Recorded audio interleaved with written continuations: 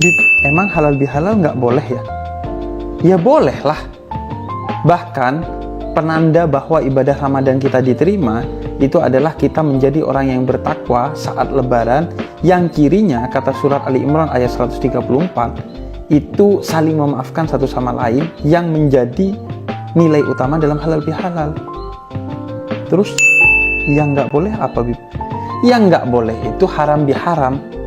Modusnya halal bihalal, padahal gibahin kegagalan orang dan sombongin pencapaian kita. Contoh yang selaras tapi ada bagian yang tidak selaras dan perlu diperbaiki apa? Contohnya apa? Ada? Contohnya halal bihalal tapi berjabat tangan laki-laki dan perempuan. Ya, syawalan ketemu laki-laki perempuan berjabat tangan. Ya, untuk pertemuannya itu ya boleh merajut ukhuwah, tetapi kemudian berjabat tangan laki-laki perempuan bukan mahramnya, itu yang tidak boleh, dan itu bisa diperbaiki. Caranya bagaimana? Yo jamaah dikandani, MC ini ngomong, ya kan? Lah MC ini kadang punya kuasa, punya kewenangan tapi tidak ngomong, membiarkan laki-laki perempuan berjabat tangan. Padahal Nabi sudah mengajarkan ini la usafihun nisa. Kata Nabi, sesungguhnya aku tidak menjabat tangan perempuan, kata Nabi. Nabi juga mengajarkan kepada kita, sungguh jika fi ra'si ahadikum, di kepala salah seorang di antara kalian itu ditusuk bimikhyati min hadid, dengan paku yang terbuat dari besi, maka itu khairullah, lebih baik baginya atau lebih baik bagimu. Jadi disebutkan lebih baik dibandingkan harus menyentuh perempuan yang bukan mahramnya. Maka itu bisa diperbaiki, tinggal disampaikan laki-laki dengan laki-laki, perempuan dengan perempuan. Yang laki-laki sama perempuan tidak perlu berjabat tangan, cukup berikan isyarat. Kait dalam momen namanya halal bihalal. Saya 4 tahun di Mesir tak ada halal bihalal. 2 tahun di Maroko tak ada juga halal bihalal.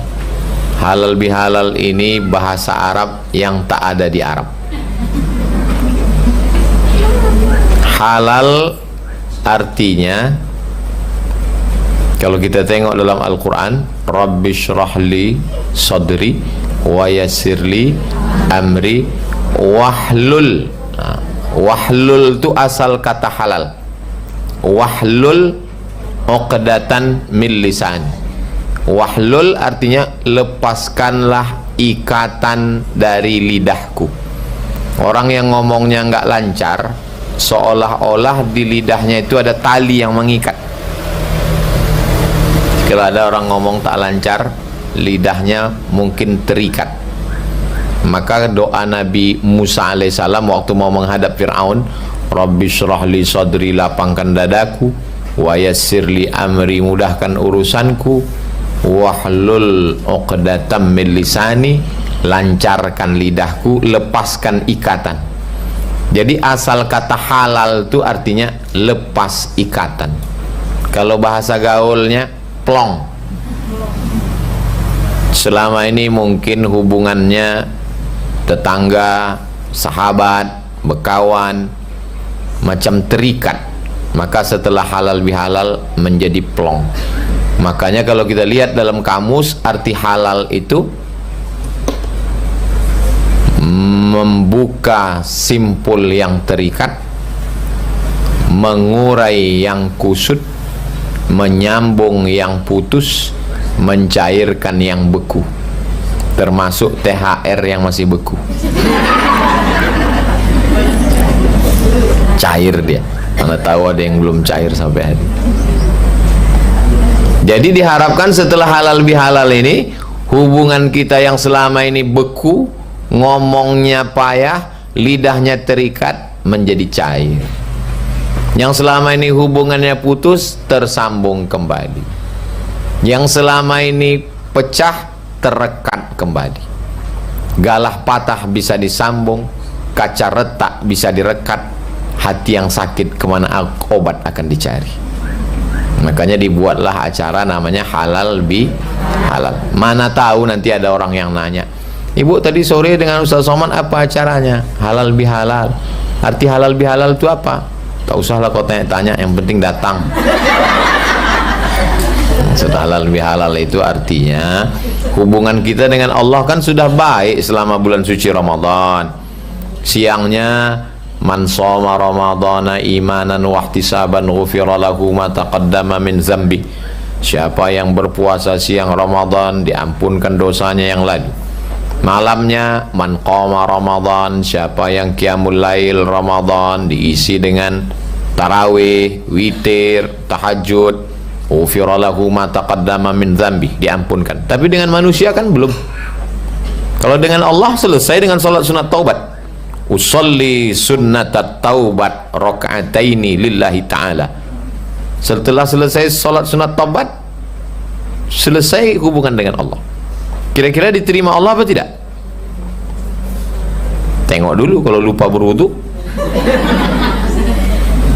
Wudu sempurna, salat sunat taubat 2 rakaat, hubungan dengan Allah selesai. Sebanyak apapun dosa kita, illa man taba, orang yang bertaubat, wa amana, beriman dengan baik, wa amila amalan salihah, beramal soleh, selesai.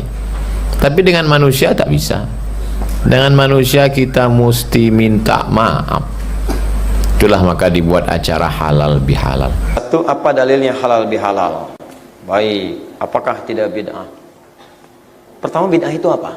Itu dulu. Kalau sudah mengerti bid'ah, baru kita paham berarti selain itu bukan bid'ah. Jelas ya? Baik, bid'ah itu segala yang dinilai sebagai ibadah. Saya ulang, segala yang dinilai sebagai ibadah yang tidak ada dalil dan atau contohnya dalam agama. Segala yang dinilai sebagai ibadah yang tidak ada dalil dan atau contohnya dalam agama. Jadi kalau itu bukan terkait perkara ibadah langsung, maka kalaupun itu ada, itu bukan disebut sebagai bagian dari bid'ah. Paham? Baik, saya mau contohkan misalnya, mohon izin, mohon maaf, kita lihat pelan-pelan. Kalau saya makan ibadah bukan? Saya minum ibadah bukan? Rapat ibadah bukan? Ibadah. Baik, ibadah yang jenis apa? Kalau ibadah itu diatur dengan ketentuan, maka masuk pada mahdoh. Ada yang ghair mahdoh. Nah, ibadah yang mahdoh masuk dalam ranah ibadah, itu yang disebut dengan konteks ibadah. Itu nggak boleh kita ada-adakan. Salat itu ibadah, ada ketentuannya. Subuh 2 rakaat, kemudian Bapak Ibu kreatif jadikan 4 rakaat, itu bid'ah namanya. Jelas ya? Tapi kalau rapat itu bukan dari bagian ibadah mahdoh. Anda nggak rapat, Anda tidak dosa. Mau rapat silahkan. Ya, kalau untuk kebaikan ada pahalanya. Kalau Anda tidak kerjakan pun Anda tidak dosa. Olahraga itu bagian dari ibadah mahdoh, bukan bagian. Kalau Anda olahraga silahkan, tidak juga tidak berdosa. Maka itu dalam konteks kehidupan dunia. Segala hal yang terkait dalam konteks kehidupan dunia, maka hukumnya ibahah, boleh dilakukan sepanjang tidak ada dalil yang memerintahkan atau melarang. Nah, sekarang yang ibadah pun itu dibagi 4 bagian. 1, ada dalil, ada contoh. Kalau yang ada dalil, ada contoh, itu bukan bid'ah. Semacam sholat, dalil ada, contoh ada. Kedua, ada dalil, contoh sementara. Izin seperti kunut, dalil ada, contohnya sementara. Setelah itu ada pendapat Nabi tidak mengerjakan lagi, ada pendapat Nabi mengerjakannya, tapi tidak pernah Nabi melarangnya. Ini bukan bid'ah. Jadi kalau ada orang kunut, itu bukan bid'ah. Yang kunut benar, yang tidak kunut pun benar, karena Nabi pernah praktekkan keduanya. Yang salah, yang tidak sholat subuh. Baik. Yang ketiga, awas hati-hati, ada dalil, tidak ada contoh sama sekali. Awas hati-hati, ada dalilnya, tidak ada contohnya sama sekali. Baik, saya mau tanya pada bapak dan ibu sekalian, mohon maaf ya, mohon maaf, kalau bapak ibu ingin zakat, pakai apa zakatnya? Halo? Uang, beras, Masya Allah. Tolong tunjukkan pada saya Nabi pernah zakat pakai beras. Tunjukkan. Silahkan cari hadis Nabi zakat pakai beras. Saya yakin sampai kiamat kurang 2 hari nggak akan ditemukan. Sehari lagi untuk sadar kita ngapain mencari, karena Nabi nggak pernah zakat pakai beras. Zakatnya Nabi pakai gandum, pakai kurma. Ya, lihat gandum kurma. Contohnya gandum kurma. Dia nggak ada dalilnya zakat pakai beras. Lantas apakah orang kalau zakat pakai beras itu salah? Tidak. Kata Muawiyah, beras dengan zakat ini masuk pada kategori irtun, makanan pokok. Karena makanan pokok zaman Nabi itu adalah gandum dan kurma sampai sekarang, maka boleh kemudian zakatnya menggunakan gandum dan kurma. Sedangkan makanan pokok Bapak Ibu sekalian, apa makanan pokoknya? Oh, kalau saya nasi. Beras itu makanan pokok bagi hewan bertembolok, ya. Ayam itu beras, ya. Bebek itu beras. Baik, kalau saya nasi. Baik, nasi asalnya dari beras, maka dari situ dimasak boleh diberikan. Lihat, tapi dalilnya ada enggak? Tidak ada. Contohnya ada? Tidak ada. Tapi boleh. Itu namanya kias dalam urusan ibadah. Sekarang halal bihalal masuk kemana? Ini poinnya. Kalau tidak masuk dalam kategori yang 4 ini, bukan dari bagian dari ibadah, maka dia masuk dalam hukum umum. Dalam hukum umum apa? Dalam kaidah akhlak, bisa masuk ke silaturahim, bisa masuk dalam bab hubungan baik antar sesama. Teknisnya bisa macam-macam, silahkan. Bisa bersalaman, bisa bertatap muka, bisa berdiskusi dalam kebaikan. Jadi masuk dalam bab umum saja. Jadi kalau disebut bid'ah, tidak. Kenapa tidak? Karena bukan masuk dalam ranah ibadah mahdhah. Satu itu. Yang kedua, dia tidak dilarang oleh Nabi SAW. Yang ketiga, dia masuk dalam konteks ibadah dalam hal yang sifatnya umum, dalam hubungan silaturahim. Tapi yang jadi masalah sebetulnya bukan halal bihalalnya. Yang jadi masalah, mohon izin ya, mohon maaf, bukan masalah hukum. Yang jadi masalah adalah kebanyakan orang halal bihalal tidak paham dengan esensi halal bihalal itu. Saya mau tanya pada Bapak Ibu sekalian, apa artinya halal bihalal? Halal bihalal itu kan bukan kumpul makan-makan. Orang pahamnya halal bihalal kumpul, makan, diskusi, selesai. Bukan. Halal bihalal itu halal. Dari kata al-hillu. Hillu itu apa artinya? Kalau di Arab ada benang kusut misal, kemudian akan diurai supaya tidak kusut lagi. Setelah selesai, maka orang Arab akan mengatakan hillul ahbal. Benang sudah diurai. Kalau sudah terurai, jadi lurus lagi, maka dia akan berkata halalun, sudah tidak ada masalah. Nah, kalau Anda punya persoalan dalam kehidupan, kemudian itu diurai pelan-pelan, kemudian hilang masalahnya, maka disebut dengan hilul mushkilah. Masalah sudah selesai. Kalau masalah sudah tuntas, maka sifatnya disebut dengan halal. Karena itu kenapa makanan disebut dengan makanan halal? Karena tidak ada masalah di dalamnya. Kenapa hubungan suami istri halal? Karena tidak ada persoalan di dalamnya. Begitu Anda menempuh hubungan yang tidak tepat, maka ada persoalan di dalamnya seperti benang kusut tadi. Anda makan makanan yang haram, ada persoalan kusut di dalamnya. Membuat Anda pusing, banyak pikiran, banyak dihantui hal-hal dan sebagainya.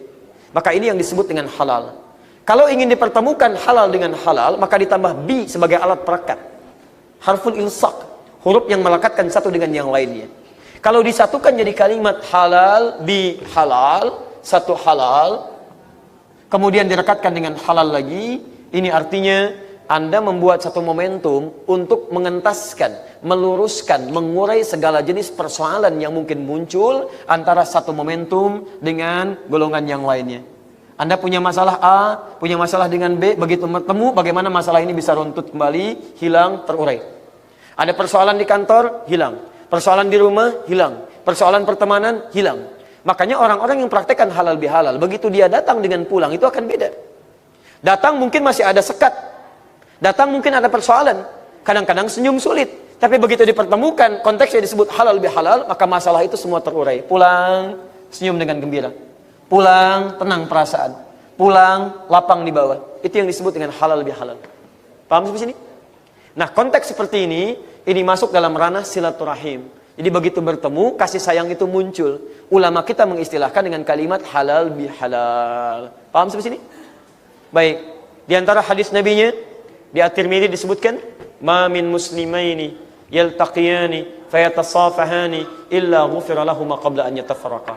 Tidaklah dua orang muslim bertemu, kemudian saling bersalaman, kecuali sebelum keduanya berpisah, dosa-dosa yang ada di antara keduanya itu akan digugurkan. Ibu punya persoalan dengan teman yang lain, ya ketemu susah, komunikasi jarang, dipaksa oleh Allah sebelum meninggal harus beres dulu. Kadang-kadang dibuat momentum sampai ketemu. Kalau sudah sampingan gak mau selesai juga, harus dibuat kemana lagi? Maka dipertemukan satu tempat, tiba-tiba bersalaman. Itu begitu salaman, dosa di antara keduanya seketika digugurkan oleh Allah Subhanahu wa taala. Tapi hutang tidak, hutang tetap belum lunas, ya, kecuali sampai diselesaikan. Jelas ya? Baik, ini bagian yang pertama. Dan kalimatnya ada di Quran, ya, ada di Quran. Ada yang terkait dengan makanan, ya, ada yang terkait dengan pencarian pasangan, ada yang terkait dengan hubungan, membangun hubungan baik dalam kehidupan.